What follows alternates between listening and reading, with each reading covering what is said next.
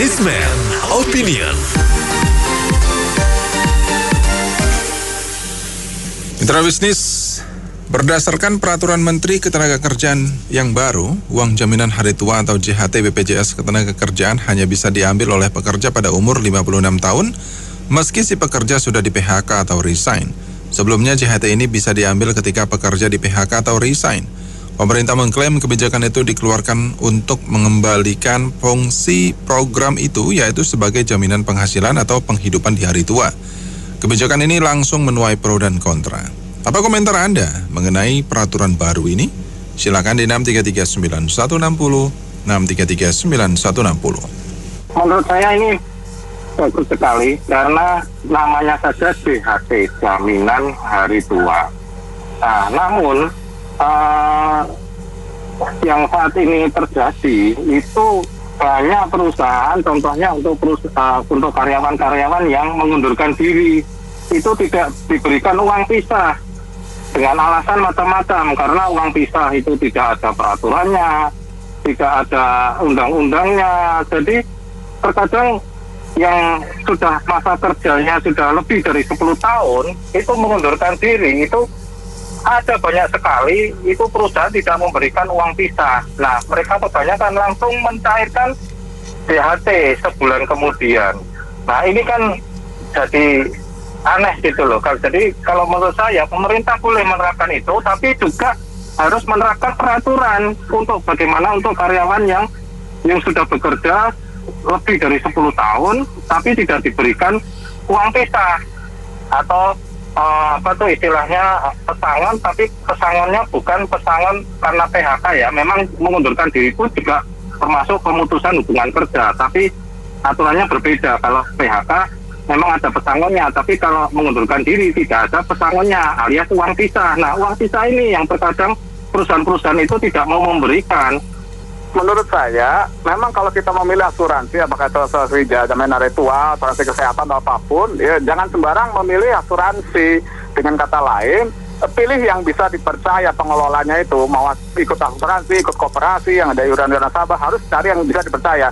Masalahnya memang di Indonesia ini langkah-langkah yang jujur-jujur, pengelola asuransi maupun koperasi dan lain-lain. Ingat asuransi Jiwasraya, kasusnya kan, itu banyak uang nasabah yang mau ngambil klaim premi tidak bisa diambil karena ada korupsi di sana. Ya kemungkinan pengelolaan asuransi, koperasi apapun harus mencari yang bisa dipercaya benar-benar. Mungkin seperti itu. Terima kasih. Assalamualaikum warahmatullahi wabarakatuh. Iya, ini sesuai namanya ya, untuk hari tua. Jadi kalau yang dulu, aturan yang dulu bisa dicairkan setelah resign atau di PHK itu kurang tepat juga ya. Kan bisa aja di PHK-nya masih muda, umur 30-an atau sebelum 30. Sebenarnya keterlaluan kalau sampai umur 56 ya. Karena orang kalau di PHK umur 40 ke atas saja udah susah cari kerjaan baru. Jadi sebaiknya ini aturannya umurnya direvisi, umur 45 mungkin lebih tepatnya. Karena udah, kalau umur orang udah 45 itu nyari kerja tuh udah nggak mungkin dapat lagi ya harus usaha sendiri. Ya, saya sih setuju aja. Karena apa? 56 tahun memang itu udah termasuk orang yang sudah sedikit unsur ya. Nah, kalau sana dia dicairkan dengan dari awal-awal, itu membuat tendensi mereka yang sebenarnya bisa relax untuk mengandalkan BPJS itu, yang istilahnya gua nggak kerja juga dapat duit gitu. Jadi ya setuju aja lah untuk memacu mereka supaya mereka ada target dalam kehidupan ini. Terima kasih.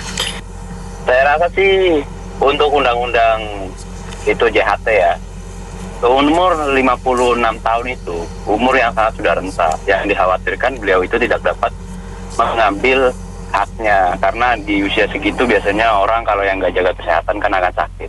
Ya bagus sih direvisi umurnya ya, mungkin 40 tahun atau biarkan aja kalau emang udah di-resign, udah di PHK ya udah langsung dikasih aja supaya bisa dapat usaha sendiri gitu. Sekarang 30 tahun aja udah susah nyari kerja ya kan? Menurut saya sih seperti itu. Menurut saya emang ini sangat penting buat buruh ya, karena memang keadaan buruh yang kondisinya saat ini rata-rata pada sulit, terutama yang sudah di PHK, dan ini dibutuhkan untuk kebutuhan yang sangat mendesak mereka. ada kebutuhan macam-macam ya. Akan tetapi kita yang komentar sini yang bukan untuk capres itu yang tulus-tulus.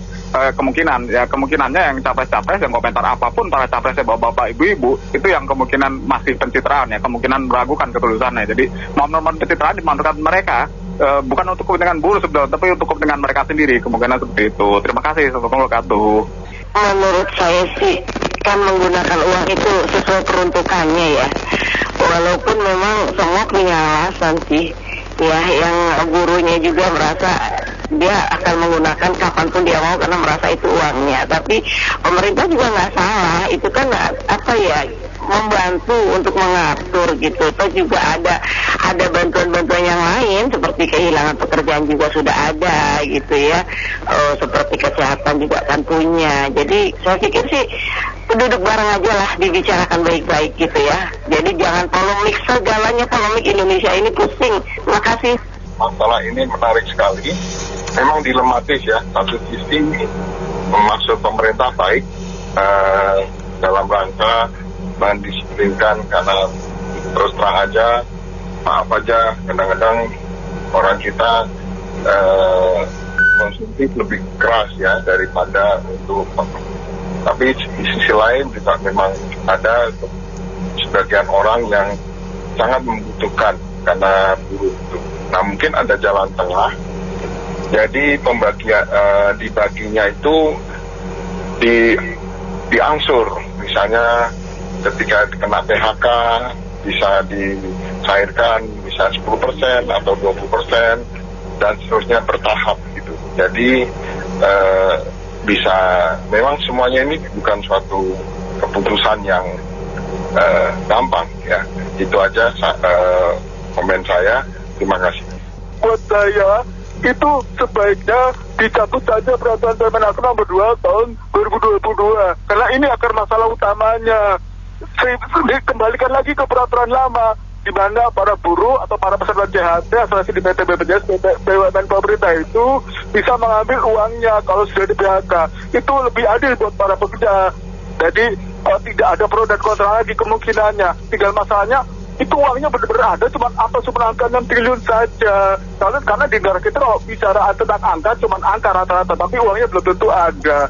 Takut-takutnya mengambil masalah seperti di asuransi Jiwasraya. Ya, kalau menurut saya sih ya memang sudah kitasnya ya, kalau dibilang udah dari sononya harusnya memang program buat hari tua ya, tapi ya mungkin ada jalan tengah ya, misalnya bisa diambil berapa persen dulu atau gimana gitu, karena ya itu dia, memang kadang-kadang kalau udah masa sulit itu tabungan hari tua juga kan bisa dipecah ya, harusnya kan gitu. Oke, terima kasih. Ini kan namanya JHT ini program asuransi ya, dan berbeda dengan tabungan dan bukan tabungan. Program asuransi itu memakai klausul-klausul atau pasal-pasal di dalam perjanjian asuransi, apakah asuransi jiwa atau asuransi JHT ini atau asuransi lain-lain. Sehingga kalau ada peraturan baru berhubung ini PT BPJS ini BUMN, aturan baru dari seorang menteri misalnya Permenaker nomor 2 tahun 2022 itu mengikat pada peserta asuransi, ya mau tidak mau peraturan ini kemungkinan dijalankan sama pemerintah atau dalam Omnibus Law itu PP nomor 73 kalau tidak salah ya. Dan ini kemungkinan tidak akan menguntungkan para pekerja ya, karena para pekerja tuh berhubung dengan banyaknya PHK atau tiba-tiba di PHK dan pengangguran tuh banyak, mereka rata-rata ingin semua uangnya yang di bulan JHT itu bisa cair semua klaimnya itu atau preminya itu yang dibayar tiap bulan yang dipotong dari gaji mereka, karena mereka butuh gitu ya. Dan kalau kena peraturan yang baru Permenaker nomor 2 tahun 2022 ini kan ada syarat-syaratnya. Kalau bisa dicair itu preminya yaitu usia 56 tahun yang pertama, yang kedua meninggal dunia, yang ketiga itu cacat tetap gitu ya. Dan itu kepesertaannya harus 10 tahun ya di PT BPJS itu peserta JHT-nya kepesertaannya, sehingga tidak bisa sewaktu itu diambil. Sedangkan ada yang bilang kenapa nggak pakai peraturan lama, itu bisa cair sewaktu-waktu kapan saja boleh, tidak pakai peraturan baru ini. Dan masalahnya ini kan ketahuan ya kemungkinan di peraturan baru Permenaker nomor 2 tahun 2022 ini. Nah ini kan tergantung pada pengelolaannya bagaimana dia pro dengan pesertanya atau tidak, kemungkinan seperti itu. Itu yang pertama. Yang kedua, uangnya ada atau tidak, jangan-jangan uangnya sudah dikorupsi atau sudah berkurang dan lain sebagainya, kemungkinan seperti itu. Ya, kalau untuk sesuai fungsinya sih emang harusnya itu jaminan hari tua ya. Kalau misalnya untuk karena COVID itu kan beda kasus lagi. Itu ada dari Amerika juga ada kasih tunjangan juga tiap bulan, tapi kan itu kan karena kasus tertentu. Nah itu kalau menurut saya sih, saya nggak gitu yakin gitu ya. Soalnya udah banyak asuransi lain yang punya pemerintah juga nggak bisa bayar. Nah apalagi itu kayak yang bayar ini yang BPJS banyak hutang juga kan. Yang ini apakah benar-benar bisa kalau misalnya kita perlu itu dibayar? Jangan makanya bikin program-program tapi cuma janji-janji itu harapan-harapan indah gitu lah. Memang benar sesuai dicairkannya dengan Permenaker nomor 2 tahun 2022 atau Omnibus Law pasal 73, dan memang masih ada JKP. Akan tetapi ini memang itu tergantung pengelolanya, bisa dipercaya apa tidak pengelola asuransinya, seperti itu. Duitnya masih ada atau tidak, kan yang penting itu. Kenapa ini sulit cair asuransi JHT bagi para pekerja yang ingin mencairkan klaim premi asuransinya? Karena kemungkinan duitnya mungkin sulit keluar atau duitnya tidak ada atau apapun kemungkinan itu. Jadi ini pengelola asuransi atau apapun, maka carilah yang bisa dipercaya. JHT memang namanya aja sudah memang ditujukan untuk karyawan yang nantinya pensiun. Tetapi itu kalau karyawan ini adalah terus mengurus bekerja sampai umur 56. Tapi kalau di tengah jalan dia PHK terus setelah itu tidak menjadi pegawai lagi misalkan. Nah itu uangnya menunggu sampai umur dia umur 56. Kalau dia masih umur 20 berarti 36 tahun kemudian dia baru bisa ambil. Apakah itu nggak terlalu lama? Apakah uangnya masih ada kalau nanti dia ambil 36 tahun lagi? Itulah yang mungkin menurut saya setuju peraturan yang lama. Karena peraturan yang lama itu memang bisa kalau memang dia berhenti dari satu kerja, dia pindah kerja di tempat lain, itu bisa diteruskan di BPJS-nya. Nah itulah makanya wajar kalau itu nantinya pada saat terakhir umur 56 dicairkan kalau dia terus bekerja. Tapi kalau nggak bekerja ya wajar kalau dia bekerja ya atau dia berhenti ya dia dikembalikan uangnya. Nanti kalau dia berikutnya dia mau kerja lagi ya dia ikut baru lagi kan sebagai anggota baru di BPJS gitu. Iya, kalau BPJS Ketenagakerjaan ambil setelah umur 56 tuh kelamaan, ntar uangnya nguap gitu loh. Padahal itu kan biasanya kan kita kalau kerja itu kan bisa ambil kalau kita resign. Mestinya waktu resign bisa diambil begitu aja. Kalau dapat kerjaan lagi ya masuk lagi. Kelamaan yang nguap, siapa yang berani jamin gitu loh. Makasih. Saya sangat setuju ya dengan adanya peraturan baru yang menyangkut JHT ini. Kenapa? Karena turunan daripada peraturan baru itu juga masih memberikan peluang kepada orang-orang tertentu yang kehilangan pekerjaan. Masih ada, entah 10% untuk masa tempo berapa bulan supaya dia bisa cari kerja. Tetapi poin yang ingin saya highlight di sini, dengan menentukan 56 tahun sebagai usia dia untuk mengambil full JHT dia itu sangat baik. Karena memang uang ini untuk masa tuanya. Kenyataannya sekarang ini banyak terjadi di perusahaan-perusahaan. Bahkan karyawan yang belum resign, mereka pura-pura membuat surat resign dari perusahaan untuk mereka mengklaim uangnya.